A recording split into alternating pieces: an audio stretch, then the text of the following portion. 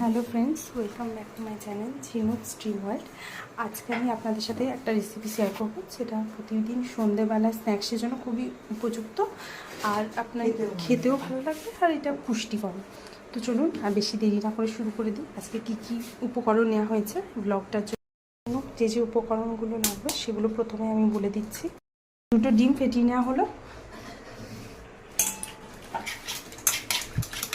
ফেটিয়ে নিলাম, পেঁয়াজ, লঙ্কা, পরিমাণ মতো লবণ আর সামান্য 1 চিমটি খাবার সোডা। গ্যাসের স্টোভে তেল গরম করতে দিয়ে দেওয়া হয়েছে। এরপর পাউরুটিগুলি নিয়ে নিচ্ছি।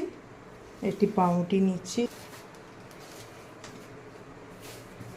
ডিমে অল্প পরিমাণ ডিম দিয়ে সেটাকে গ্যাসের ওভেনে তেল গরম হলে দিয়ে দিচ্ছি।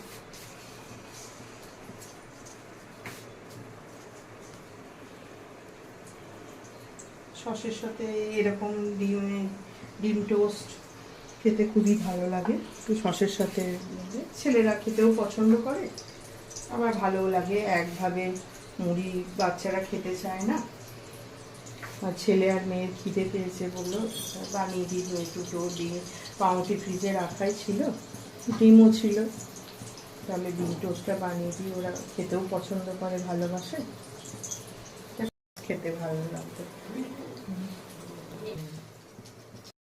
একদিকটা উল্টে দেবেন, একটু সামান্য ব্রাউন কালারের করে ভেজে নেবেন।